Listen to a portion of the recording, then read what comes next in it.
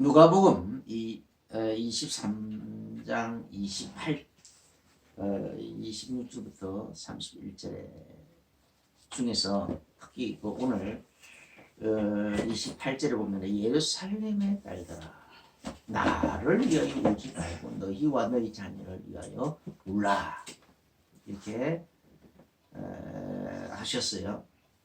이것이 오늘 제목입니다. 예루살렘의 딸들아 너와 너의 자녀를 위하여 울어라.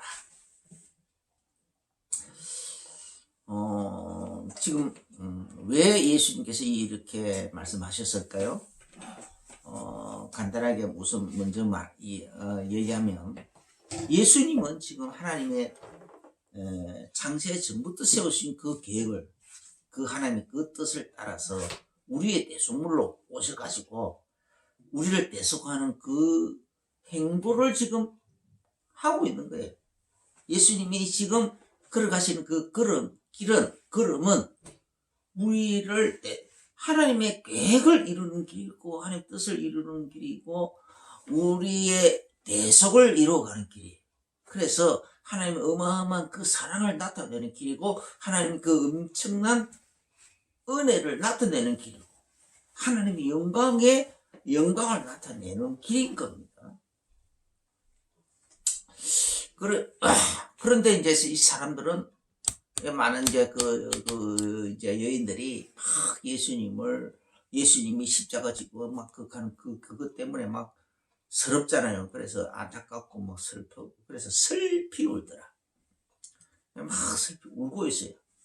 그런데 이제 예수님이 바라보실 때는 그 울고 자기를 보고 울고 있는데 그 울고 있는 방향이 틀린 거예요. 울고 있는 방향이 틀렸어요. 차라리 하나님의 이 계획을 예수님께서 몇 차례 얘기했다니까. 다 얘기했어요. 그렇다면 그 계획을 묵상하면서 예수님을 바라봤더라면은 하나님의 그 대속의 은혜 하나님께서 자기 아들을 저런 식으로 비참하게 죽여가시면서 고난당하게 해가시면서 나를 이렇게까지 사랑하셨구나. 나를 위해서 저런 식으로 대속하셔서 그 하나님의 무한한 사랑을 막 나타내셨구나.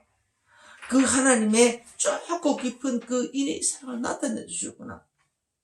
참으로 감사하다. 이렇게 하면서 참 감사하면서 감사의 눈물을 흘리면서 따라가야 되는 거예요. 우리도 실제로도 우리가 오늘날도 하나님 은혜를 좀 깊이 체험하고 누리면은 그냥 막 눈물이 막 쏟아지잖아요. 눈물 막 쏟아지잖아요. 그 눈물을 흘려야 되는 거예요. 그 눈물. 그 눈물의 방향이 틀린 거죠. 그 다음에 또 두 번째로는 예수님께서 그 다음에 너희가 진짜 슬피 울려고 하면 이제 잠깐 보면 한 몇십 년 후면 이제 불과 한 37년 좀 후에는 그 70년 경에는 로마 군인들이 와가지고 너를 둘러 친치고 완전히 다 박살낼 거다. 그래서 원래 뭡니까? 날이 이르면 사람이 말하기를 잉태하지 못하는 해산하지 못한 배와 먹이지 못한 저지 복이 다리라. 그때 사람들이 산들을 대하여 우리 위에 무너지라며 작은 산들을 대하여 우리를 덮으라 하리라. 그런 엄청난 너무 그 재앙이 너무 커서 너무 커서 그냥 막 그래서 자기 자녀가 그냥 애들은 그냥 그 군인들이 애를 그냥 들어서 땅에다 매쳐서 주겠다 그랬어요. 그 정도로까지 했다 그랬어요. 그리고 사람들 그러니까 그런 모습을 바라보고 있는 부모의 억장이 얼마나 무너지겠냐. 이해했는 거죠. 예수님께서 그런 날이 곧 다가왔다. 그래서 너희들의 눈물의 방향이 틀렸다. 너 자신들과 너의 자녀들이 있습니다. 너희 자녀들 그래놓고는 이제 그 다음에 이제 전 세계로 노예로 다 팔려나가서 뿔뿔이 흩어질 것 같은데 그날을 위해서 울어야 될 거 아니냐 말이야.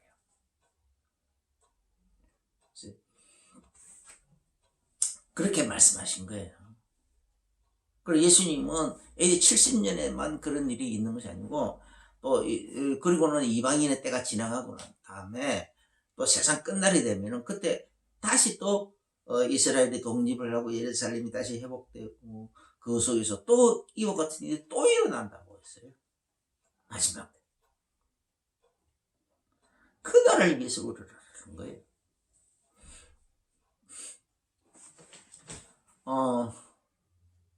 내가 이제 우리 부모님을 전도를 할 때에 어느 날 갑자기 우리 부모님들이 지금 생각해보면은 그때 우리 부모님들이 50대인데 그렇게 뭐 많이 늙지는 않았었어요. 그런데 갑자기 내 눈에는 갑자기 막 너무 늙어 보이고 힘이 없어 보이고 막 금방이라도 돌아가실 것처럼 막 그렇게 보이는 거예요. 내 눈에는. 그래, 그때 이제 조금 이제 몸이 조금 안 좋기는 하기는 했어요. 그래서 내 눈에는 그렇게 보여요. 아이고, 큰일 났다, 이거. 지금 당장 부모님 잘못되면은 지옥인데, 어떡하지? 그래서 이제 느긋하게 부모님들을 그냥 전도를 위해서 느긋하게 기도하다가 막 마음이 급해졌어요. 그래가지고 이제 난 부모님들이 그냥 만약에 지옥 불꽃 가운데에서 고통 당하는 중에 나를 생각해야 될 거 아니야, 이 말이야. 그러니까 너는 이 엄청난 것이 있는 줄 알았으면서도, 그리고 반대로 천국이 있는 것을 알았으면서도, 나를 전도할 때 좀 세게 전도 안 하고, 실적 그렇게 하고, 슬그머니 그런 식으로 하는 동 마는 동 그렇게 하다 말하느냐. 아니면 강제로 끌고 가서 그냥 교회로 데려가가지고 예수 믿게 하고 막 그렇게 했어야지. 이게 뭐냐 말이야. 에이, 나쁜 놈. 에이, 천하에 불에 막 심한 놈. 그런 식으로 나를 원망할 거 아니냐 말이야. 생각이 그렇게 확 날더라는 거야. 그렇게 들더라는 거야. 그래서 그냥 어느 날 이제 그래서 막 금식도 하고 철회도 하고 막 하다가 어느 날 이제 토요일 날 그날도 이제 토요일도 막 밤새워 가면서 막 기도하고 이제 그렇게 하고 있는데 갑자기 마음속에 그냥 뭔가 감동이 와요. 막 뚜렷하게 표현할 수 없는 어떤 감동이 와. 그래서 그냥 바로 이제 집으로 가가지고 아침에 식사하면서 딱 내가 먼저 딱 먹고 난 다음에 먼저 지고 난 다음에 기다렸어. 그래서 우리 부모님들이 밥 숟가락 먹자마자 설거지 못하게 딱 잡고는 그 자리에서 그냥 내가 그 얘기를 했어요. 그래서 나는 천국이 있는 것도 분명히 알고 지옥이 있는 것도 아는데 그냥 그렇게 하면서 얘기하는 사실 이것저것 주저 얘기하는데 눈물이 줄줄줄 쏟아지고 통곡이 나오고 내가 방송 대곡을 하면서 하고 울어가면서 그런 식으로 전도했다니까 그 자리에서 그렇게 하니까 이제 그래서 이제 그날 주일 저녁 때부터 우리 어머니 먼저 나오시고 한 달 전 후에 저희 아버님 나오셨어요. 그때 그냥 완전히 다 꺾여가지고 나오셨어요. 그래서 나중에는 이제 가정에서 그래서 가정 예배도 매일 그래서 이제 매일 보니까 교회를 이제 그렇게 해서 억지로 나갔잖아요. 그러니까 우리 이제 특히 어머니 같은 경우는 인상을 막 쓰면서 이렇게 예를 들어 예배 시간에 그러고 있는 거예요. 그러니 내가 이제 목사님한테 미안하기도 하고, 아니, 설교하다 보면 막 인상을 막 쓰고 막 그러고 있으면 얼마나 그 목사님을 설교하는데 부담이 되겠어요. 목사님도 미안하기도 하고. 그래서 막 그걸 놓고 막 이렇게 기도하는데, 네, 하나님 보여주시는 거예요. 우리 동네가 디귿자로 되어 있는 이 동네인데, 산이 디귿자로 다 둘러싸고 있는 동네인데, 그 산이요, 해발 한 600m 돼요. 600m 가까이 되는데, 그 산 꼭대기까지 얼음이 쫙 얼어 있어요. 두꺼운 얼음이. 그런데 이제 교회 차를 타고 그 얼음 위를 왔다 갔다 하니까 끝으로는 얼음이 안 녹는데 얼음이 밑에서부터 녹아가는 거예요. 밑에서부터 차가차가. 그런 꿈을 다 꾼 거예요. 하나님 주시지. 맞다. 그런데 일주일에 한 번씩 이렇게 해가지고 어느 세월에 이게 녹겠냐. 그러면은 매일 저녁 그냥 우리 집에서 예배를 드려야 되겠구나. 그렇게 생각을 바꿨어. 그래가지고 매일 저녁마다 저녁 먹고 나면은 그냥 가족들이 모여 앉아가지고 막 손뼉치고 찬송하고, 또 막 내가 설교할 적도는 안 되니까 막 그냥 손뼉치고 찬송하고, 그리고는 한 사람 한 사람 기도 제목을 놓고 돌아가면서 기도를 한 거예요. 그렇게, 그리고는 이제 기도 다 이제 모든 가족 다 돌아가고 나면은 그 다음에 이제 다 이제 막 온 가족, 그리고 이제 다 손잡고 또 막 그렇게 막 기도하다 보니까 다 방언이 터져버리고 다 해버렸습니다. 그때 기도한 제목들이 나중에 다 응답이 됐어요. 다 응답. 그래서 이제 이렇게 부모님들을 향하여 우리가 이제 부모님들이, 사람들이 막 부모가 돌아가시고 나면은 막 울잖아요. 막 우는데 그 눈물이 하나만 다 털리는 거죠. 사실은. 부모님들이 지옥에 갔으면 진짜 서럽게 울어야 돼요. 진짜 서럽게 울어야 돼요. 나를 낳으신 부모님, 그 뜨거운 지옥 불심판 속에 들어가면 얼마나 불효막심하냐 말이야. 그치, 그거 진짜 서럽게 울어야 돼. 그렇지 않으면은 하지 마. 그래서 김말란, 옛날에 김말란 여사님 같은 경우는 자기 죽고 나면은 잔치를 부리라고 그랬어요.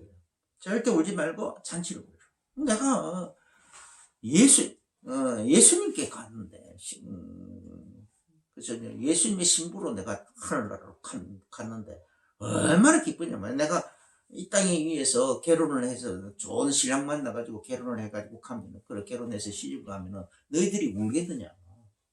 울지 않을 거 아니냐? 그런데 내가 지금 예수님의 신부로 지금 갔는데, 천국으로 갔는데 왜 우느냐 말이야. 잔치를 벌여야지. 그런 얘기를 했어요. 방향이 그게 맞는 거예요. 그게 방향이 맞는 거예요.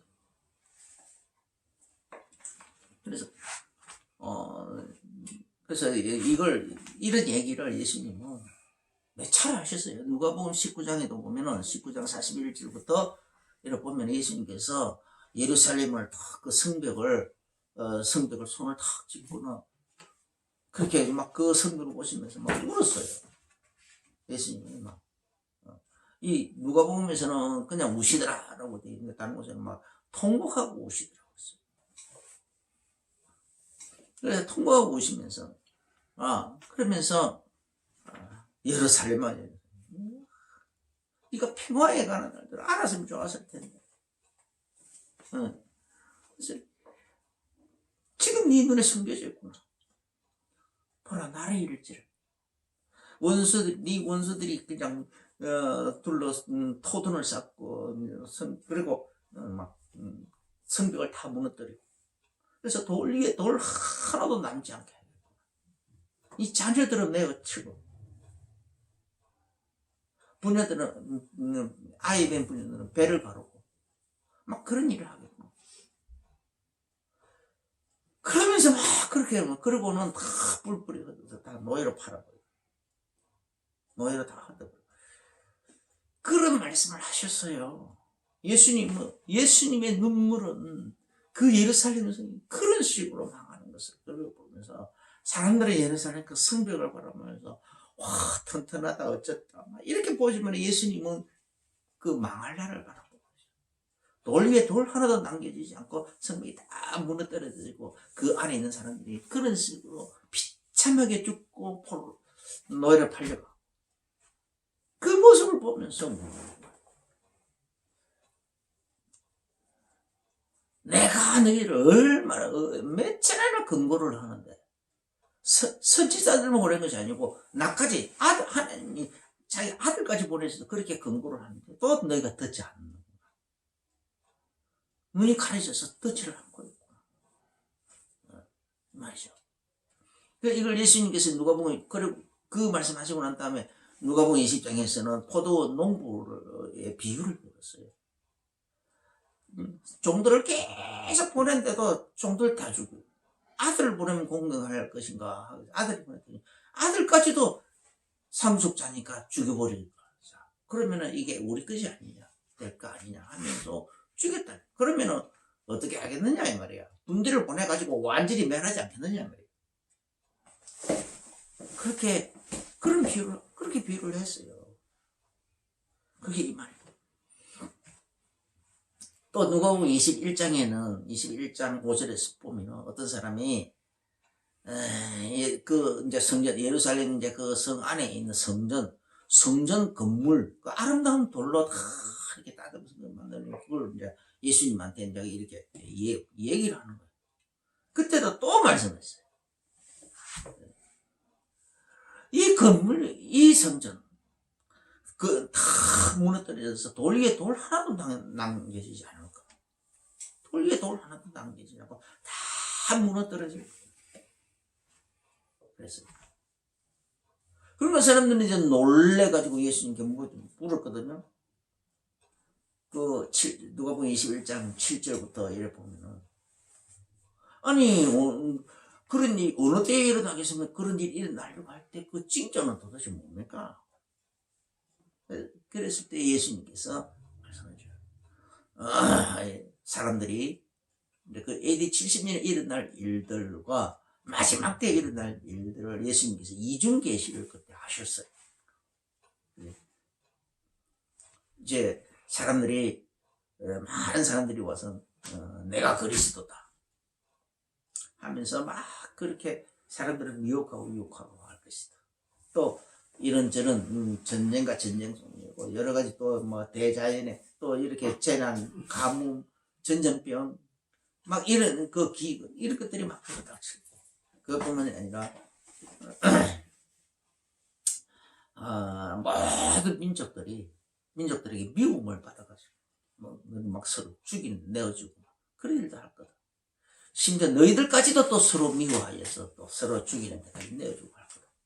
부모가 자식이 부모를 내어주고 할 거다. 예수님께서 그 말씀을 하셨어요. 근데 그 일은 이중계시라고 전에 이 설명할 때 이중계시라고 했죠. AD 70년에 일어날 그 일들, 그 다음에 에스겔서 38장에 말년에 마지막 날에 또 7년대 환란이 일어나기 직전에 일어날 7년대 환란에 시작과 함께 일어날 그 일, 그날에 또 일어날 일들이죠. 그래서 이중계시.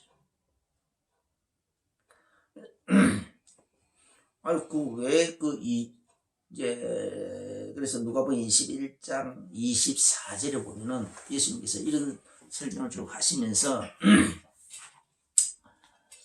예루살렘 성이 이제 군대들에게 에워싸였다가 그렇게 완전히 다 박살나고 그리고는 전 세계로 뿔뿔이 흩어지는데 그 예루살렘 성은 그때부터는 이제 이방인의 때가 차기까지 이방인의 때에 대해서 자세하게 설명을 안 했습니다. 그렇지만 이방인의 때가 차기까지는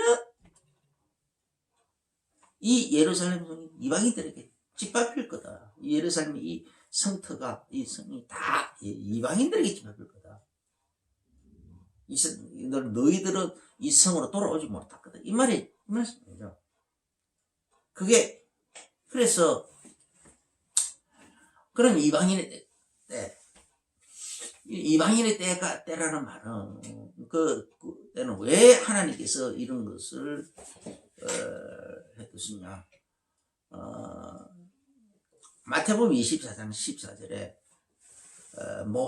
이 천국 복음이 모든 민족에게 전파되기 위해서 땅끝까지 전파되리니, 땅끝까지, 모든 민족, 땅끝까지 전파되리니, 그제야 끝이 오리라고 그랬었거든요. 그러니까, 이 천국 복음이 모든 민족에게 다 전파되어야 되는 거예요. 땅끝까지 전파되어야 되는 거예요. 그날까지는 하나님께서 보류를 시켜놓고 있는 거예요. 뭔가를 보류를 시켜놓고 있어요. 그래서 또 마가복음 16장 15절부터 온 천에다 만민에게 복음을 전파하라. 온 천에다 만민에게. 또 마태복음 28장 16절부터 20절에 보면은 또 모든 족속으로 제자를 삼아라. 모든 족속 제자를 삼아가지고 각 민족들이 자기 나라에서 자기 민족 그렇게 복음을 전하도록 제가 그렇게 만들어라. 또 그래서 로마서 11장 25절에서는 이방인의 충분한 숫자가 들어올 때까지 이방인의 충분한 숫자가 채워지는 기간이에요. 이방인의 충분한 숫자가 채워지는. 계시록 6장 11절에서는 순교의 숫자가 또 채워져야 된다고 했어요. 그럼 순교 숫자까지 채워지는 기간. 그리고 계시록 7장 9절부터 이래 보면 흰옷 입은 큰 무리가 나오는데 그건 누구냐? 각 족속과 백성과 방언과 나라들에서 하나도 넣기 싫은 큰 무리가 나오는데 그들은 누구냐? 예수 그리스도의 피로써 자기 죄를 씻어서 깨끗하게 하는 사람들. 그 사람들이라고. 이런 큰 무리가, 흰옷 입은 이런 큰 무리가 큰 무리로 채워지는, 큰 무리로 만들어지는 각 족속과 백성과 방언과 한 나라들에서 이런 큰 무리가 나올 때까지 예수님께서 기다리신다, 이 말이에요. 그래서, 그걸 기다리고 있다, 이 말이에요. 그걸 보고 누가복음 4장 18절에 주의 은혜해라. 18절. 누가복음 4장 18절 21절 주의 은혜해라. 이거는 이사야 61장에 표현되어 있죠. 61장 1절 2절에 주의 영이 내게 임하셨으니 이는 나의 복음을 전하게 가난한 자에게 복음을 전하고 병든 자 그래서 그걸 쭉 얘기하면서 여호와의 여기에 61장 2절에서 여호와의 은혜의 해와 우리 하나님의 보복의 날을 선포하며 두 가지를 말했어요. 하나님의 은혜예요. 그 다음에 여호와의 보복의 날. 이 보복의 날, 은혜는 이방인의 때 이 기간을 얘기하는 것이고 또 이방인의 충만한 숫자가 채워지는 그 기간을 말하는 것이고 흰옷이 큰 가장 나오는 그 기간을 말하는 것이다. 그 은혜의 해란 말이에요. 은혜의 해를 계속 그러니까 예수 그리스도께서 요단강에서 요한에게 세례를 받고 세례를 받은 그 순간부터 공생애가 시작이 됐거든요. 그러면 그 해부터 쭉 그 해가 계속 연장이 됐다. 그래서 그 기간을 보고 여호와의 은혜의 해다. 그 다음에 우리 하나님이 보복의 날을 선포합니다. 보복의 날. 보복의 날이 AD 70년에 일어나는 바로 그 일을 얘기하는 것이다. 그게 보복의 날이다. 맞죠? 이거에 대해서 조금 더 이렇게 다니엘서 9장에도 보면은 다니엘서 9장 24절에도 보면 예루살렘 네 백성을 위해서 71회로 기한을 정해놨다. 71회로 기한을 정했는데 그때에 그래서 지극히 거룩한 자가 지극히 거룩한 이가 기름 부음을 받을 것이다. 그렇게 쭉 하시는데 그 기름 부음 받는 때가 언제냐? 7일에와 62일에가 지나서 그러면은 69일이잖아요. 69일이면은 7년을 곱하면은 483년째다. 483년째. 그러니까 예루살렘을 중건하라는 명령이 내려진 때로부터 483년째가 되어지면은 그날 여호와의 기름 부으신 자가 일어납니다. 그래서 대강 계산 해보면은 거의 맞아요. 사람들마다 막 그 연수 계산이 조금씩 틀려가지고 뭐 많이 틀리니 조금씩 있지만은 내가 볼 때는 대강 계산해보면은 다 맞아 떨어져요. 그런데 그러면은 틀렸다고 주장하는 사람들은 뭐냐? 자기 계산법이 틀린 거예요. 계산 기준이 틀린 거고 계산법이 틀린 것이고 또 혹은 지금 이 서기 지금 이제 2024년이라고 돼 있잖아요. 그래서 서기 그 기준을 예수님이 태어난 해로부터 기준을 삼았는데 그 기준도 요즘은 뭐 사람들이 뭐 이렇게 뭐 연구해 보니까 뭐 4년에 오차가 생겼다 어쨌다 막 그런 거 있잖아요. 그래서 4년 그것도 나중에 또 점점 더 발전해 가면 어떻게 되는지는 몰라. 그래서 그런 조금씩의 오차가 있지만 그러나 하나님의 말씀은 정확한 거거든요. 483년째에 71회로 기한을 정해놓고 그리고 469일째 483년째에 기름 부음 받은 자 예수 그리스도 일어나신다. 그리고 여기서 중요한 거는 바로 그걸 얘기해요. 예수 그리스도께서 일어나신 기름 부음 받는 그 순간 그날부터 그날 그래 놓고는 그 다음에 바로 얘기해요. 카운트다운이 그 다음에는 안 되는 거예요. 안 되는데 그리고는 장차 또 한 왕의 백성이 와서 그 예루살렘 성을 회파할 거다라는 거예요. 성읍과 성소를 회파하려니와 예루살렘 성을 회파해버린다는 거예요.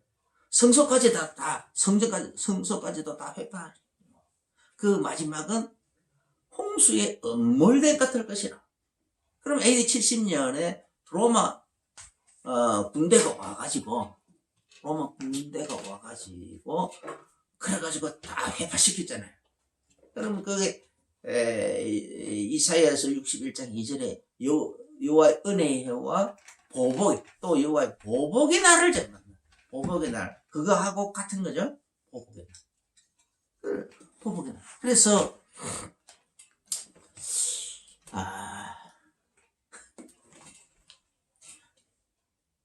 그 보복의 날하고 같은 거죠.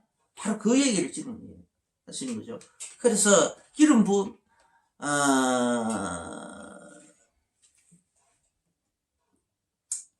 그 다음에 이제 27절에 보면은 27절에 다니엘서 9장 27절에 보면은 바로 그 예루살렘 그 성읍과 성소를 회파한 바로 그가 어느 날 또 나타난다는 거예요. 또 나타나가지고 바로 많은 사람들과 더불어 한 일에 동안은 69일에까지만 하고 카운트다운을 멈춰버렸어. 69일에까지 막 카운트다운을 멈춰놓고 그리고는 카운트다운을 안 하고 계속 지나가는 거예요. 카운트를 안 하고 계속 지나가는 그 해를 은혜의 해라고 하는 거예요. 은혜의 해. 그 다음에 이방인의 때 이렇게 말하는 거예요. 이방인들에게 복음이 전파되는 거, 모든 민족에게 복음이 전파되도록 하기 위해서 땅끝까지 복음이 전파되니 예, 전파돼가지고 그래서 이방인의 충분한 숫자가 채워지고 또 흰옷 입은 큰 무리가 만들어지고 흰옷 입은 들이 큰 무리가 만들어지고 순교 숫자까지도 채워지고 그렇게 될 때까지 그러니까 그게 그렇게 하다가 말이에요. 그러다가 그게 채워지면은 그가 또 나온다. 그 나라 바로 그 예루살렘을 예루살렘과 성읍과 그런 예루살렘 성읍과 성읍을 했던 그 왕이 또 나온다는 거예요.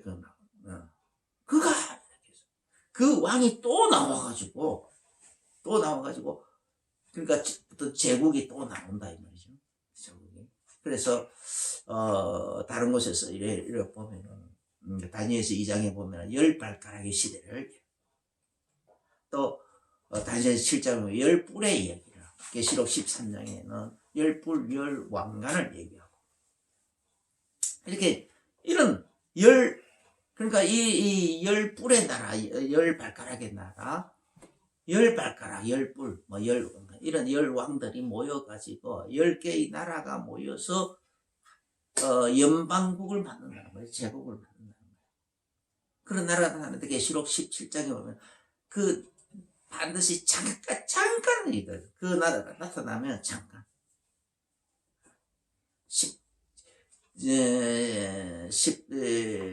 17장 17절부터 이렇게 보면은 하나님께서 각 사람들에게 마음을 그렇게 줘서 그렇게 막 만들어 그 나라가 일어나고 그 나라들이 또 자기 왕권을 그때 일어날 그 왕에게 자기 나라를 다 갖다 바친다. 그 나라를 그런데 그래서 그 왕이 이스라엘에 또 많은 사람들과 더불어 한 일에 는 7년이라고 했잖아요. 7년 동안에 언약을 굳게 맺는데 그날부터 7년 대환이 시작되거든요. 그리고 다니엘서 9장 27절 그래서 언약을 굳게 맺겠고 그 일의 절반에 멸망케 할 가증한 우상을 성소에다 세운다는 거예요. 성전. 그러니까 우상을 세우고 그날부터는 본격적으로 하나님 진노가 쏟아진다. 그래서 계시록 13장에 보면은 계시록 13장에 보면 적그리스도 그 우상을 막 세우잖아요. 그리고 거짓 선지자는 막 우상에게 절하를 하고 절하자 며칠든지 다 죽이게 하고 그런 일들을 막 한다 그랬어.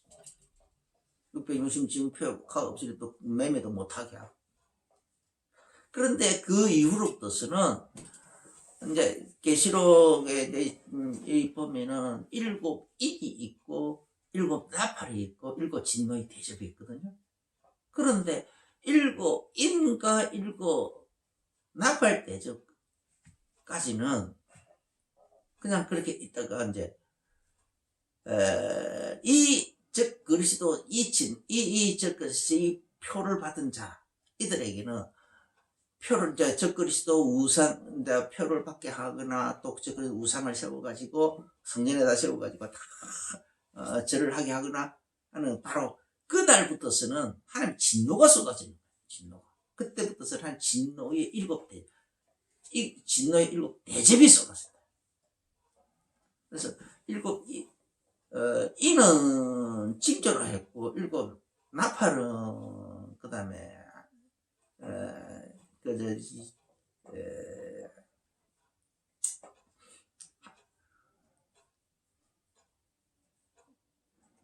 재앙이라 그랬어요. 재앙. 심판이라 하지 않고 재앙. 그런데 이 진노의 대접은 7 그 대접은 진노의 대접. 하나님 진노라고 했어요. 진노의 심판 대접이라고 했어요. 그러니까 그때부터 하나님 진노는 그날부터 본격적으로 시작되고 그 전에도 벌써 7나팔 재앙이라든지 7나팔 재앙에는요 정말 거기도 막 무시무시하게 많거든요. 나팔장, 그 다음 뭐 이런 것들 많이 있어요. 또 인이 떼질 때도 그 7 징조. 그래서 그 모든 것이 다 합하여서 한 7년 동안에, 진노가 쏟았어요. 우리가 볼 때는, 사람의 입장에서 볼 때는 그냥 진노랑 마찬가지죠. 그래서 7년대 환란의 때, 7년대 환란이라고 말하는 거예요. 7년대 환란. 근데 다니엘서 9장 27절에,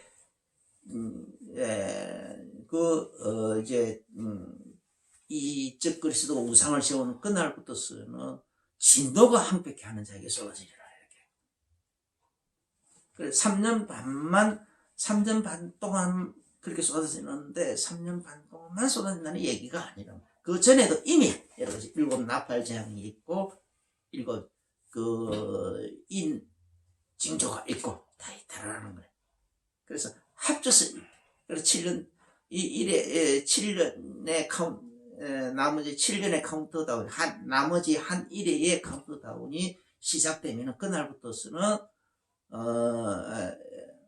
그냥 환란의 날이다, 이 말이에요. 7년대 환란의 날이 된다.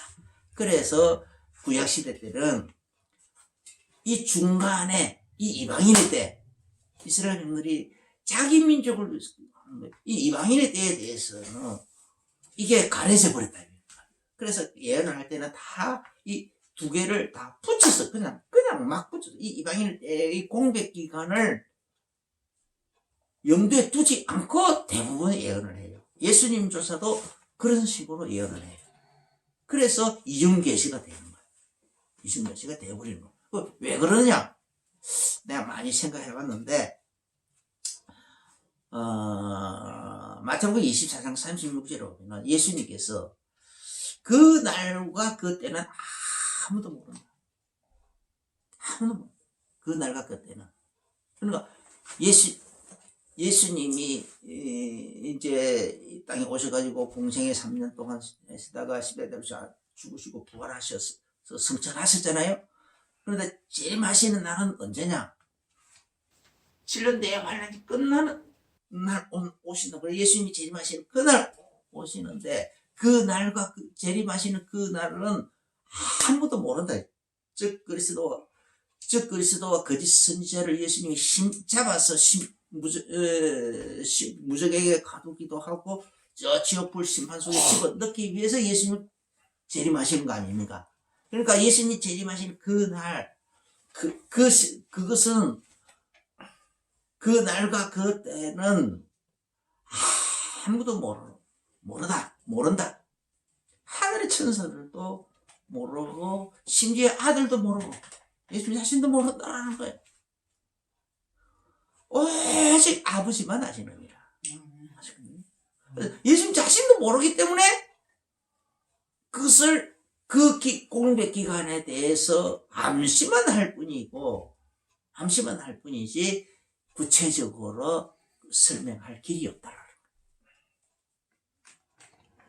거예요. 네. 할렐루야. 아멘.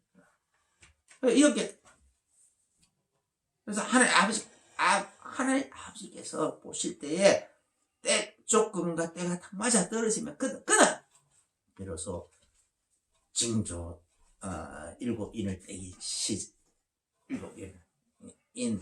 인을 떼기 시작하고, 그 다음에 7 나팔이 오고 7 진노의 대집 쏟아지고 그게 되겠죠.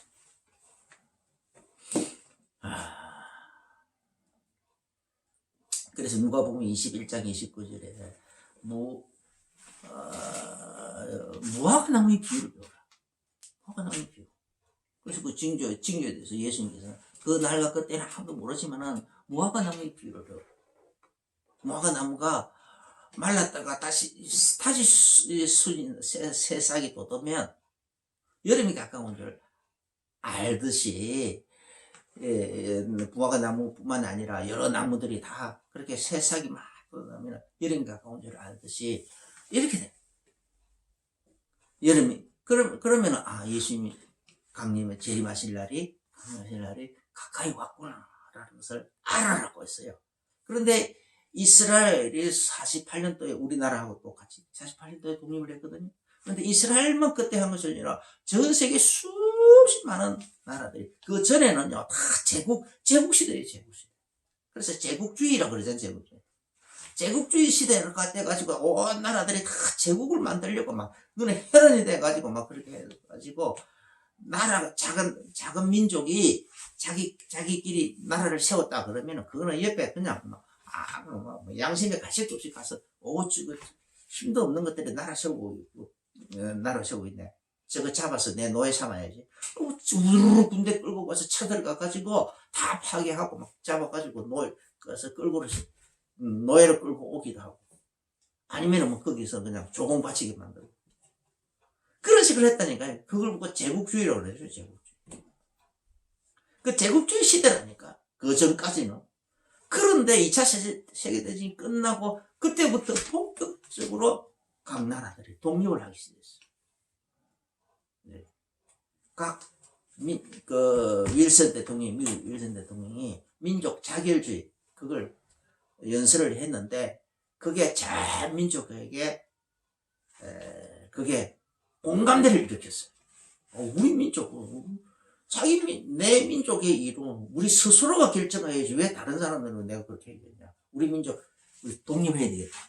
그래가지고 그때부터 독립운동이 막 일어나기 시작해서 전 세계 막 우후정수처럼 말만 나라들이 막 독립운동이 일어났어요. 그 분위기를 타고 이스라엘도 독립을 했고 우리나라도 독립을 했어요. 그리고 전 세계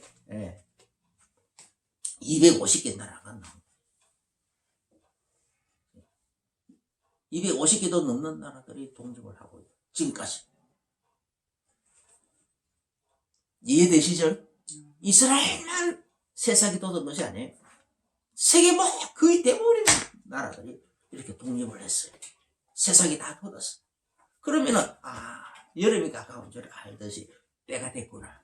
알아.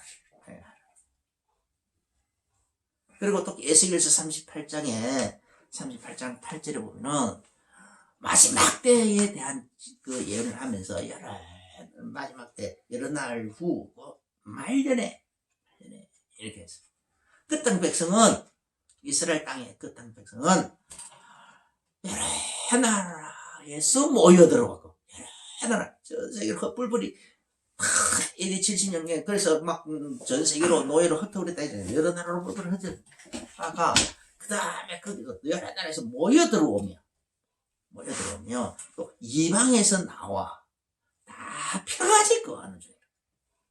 다 펴가질 거 하는 중이에요. 그렇게 또 12절에도 보면 항파했다가 지금 사람이 거주하는 땅과 여러 나라에서 모여서 짐승과 재물을 얻고 세상 중앙에 거주하는 백성을 쥐고 살 때 이렇게 되어 있잖아요. 세상 중앙에 어딘가 이스라엘 그쪽이라는 거예요. 하나님 보실 때는 거기가 중앙이라는 거예요. 그래서 그쪽부터 동쪽은 중동, 동아시아, 또 그 중앙에 서쪽은 서방,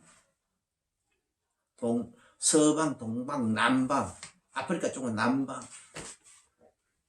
그 북쪽은 북방, 그렇게 한다. 세상 중앙에 그거는 치고 살 때. 벌써 저기 그래서 약 2000년 가까이 1900년 가까이 나라 없이 다 노래 흩어져 살고 있다가 48년도에 나라를 세웠다. 근데 나라만 세운 것이 아니라 67년도에 6.1 전쟁 때에 예루살렘을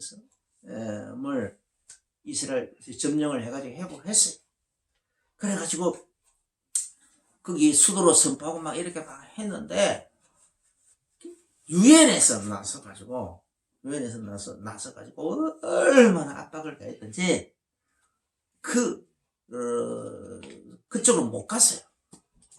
유엔에서 아직도 이스라엘의 수도로 인정을 안 하고 있어. 그래서 막 여러 나라들이 처음에는 막 그 예루살렘에다가 그 대사관을 막 세우고 이래 했다가 유엔에서 결의를 하고 막 하다 압박을 하고 하니까 다른 나라들이 눈치를 봐가지고 다시 대사관은 텔아비브로 다시 되돌아갔어요. 아직까지도 그래서 지금 예루살렘이 그래서 완전히 회복된 건지 아닌지 아직은 몰라. 아마 아직 좀 이렇게 좀 혼란기를 계속 지금 지나가고 있는 것 같아요. 그래서 언제 예루살렘이 이스라엘의 수도가 되고 거기에 성전이 세워지고 그렇게 할지는 모르겠어요. 그런데 곧 될 것 같아요. 때가 다 됐어요. 지금 중동에 막 정세가 복잡하잖아요. 막 복잡해지는 이유가 그런 것을 이루어가기 위해서 복잡해지는 것 같아요.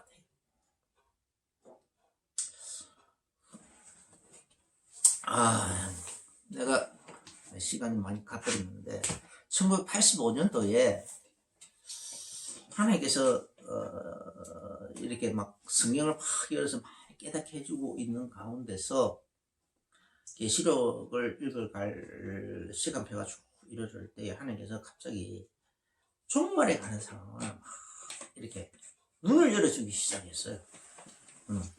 그래가지고 종말에 가는 상황이 많이 이렇게 알려주고 그 다음에 이제 또 북한 상황도 알려주고 막 북한에 막 그때 당시에 그래서 미사일이 그냥 미사일이 막 북한 지역에 막 산더미처럼 그냥 이렇게 좀 많이 있다 있는 정도가 아니고 산더미처럼 미사일이 빼곡하게 쌓여 있어.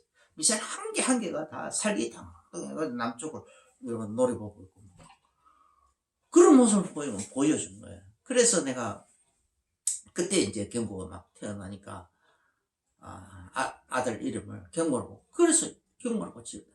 그래 그 이후로부터는 내 기도 시간이 좀 많아지면 이렇게 내가 뭐 어떤 내용을 기도해야지 하고 이제 짧게 기도하면은 그 기도가 짧게 끝나고 나면은 나머지는 대부분 나도 모르게 기도가 자동으로 나라와 민족을 위해서 막 기도. 그렇게 가버렸다니까. 나라와 민족을 위해서 막 기도가 저쪽 가버려. 하나님께서 그냥 기도를 그쪽으로 몰아가버려. 어느새 정신 차려보면은 그 나라와 민족을 위해서 기도하고 있다니까. 하나님께서 그때가 언제입니까? 벌써 85년 동안.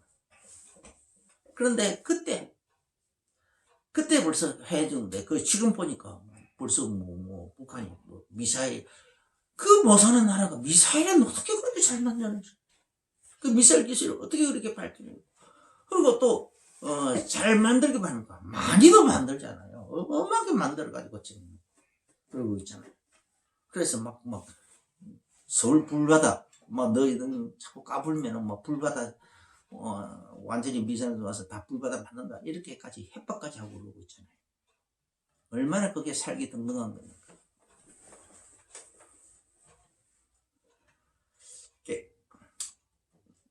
이걸 위해서 기도해야 된다. 정말 나라를 민족을 위해서 기도를 해야 됩니다. 이 메시지를 듣는 사람마다 다 기도에 깨어있게 되시길 예수 이름으로 축원합니다. 아멘. 기도하겠습니다. 주 예수님 감사합니다. 영혼 구원을 위해서 기도하고 또 이 나라와 민족을 위해서도 기도하고 또 주님의 재림의 날을 준비하기 위해서 하늘나라에 더 많은 상급을 바라고 기도하고 이게 되어지도록 축복하여 주옵소서. 아멘. 예수님 이름으로 기도합니다. 아멘. 이제는 우리 주 예수 그리스도의 크신 은혜와 하나님 우리 아버지의 지극하신 사랑하심과 성령님의 내주인 것도 충분하신 그 은혜가 오늘 말씀을 받으면서 아멘으로 하다보며 마음의 중요한 결론과 결단을 내며 나가는 모든 성도님들에게 이제로부터 영원까지 항상 함께 계실지어다. 아멘.